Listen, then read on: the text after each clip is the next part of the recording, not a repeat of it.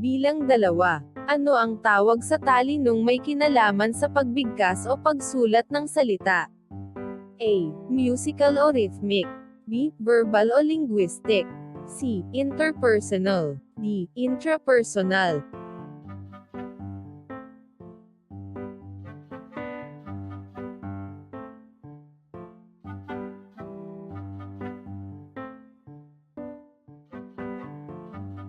Ang tamang sagot ay B. Verbal o linguistic.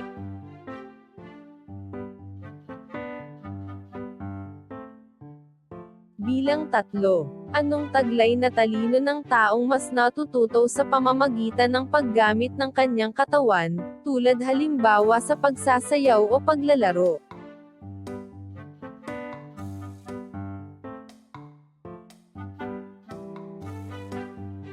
A. Visual o spatial. B. Bodily or kinesthetic. C. Naturalist. D. Existential. Ang tamang sagot ay B. Bodily o kinesthetic.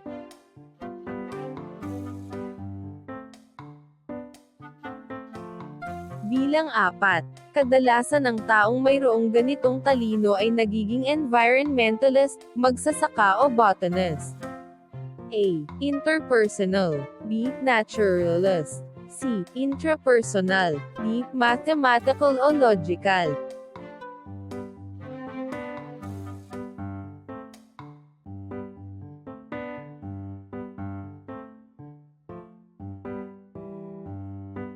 Ang tamang sagot ay B. Naturalist.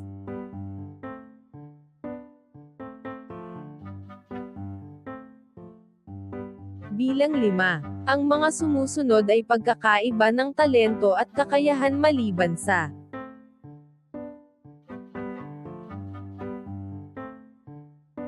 A. Ang talento ay isang pambihira at likas na kakayahan samantalang ang kakayahan ay kalakasang intelektual upang makagawa ng isang pambihirang bagay.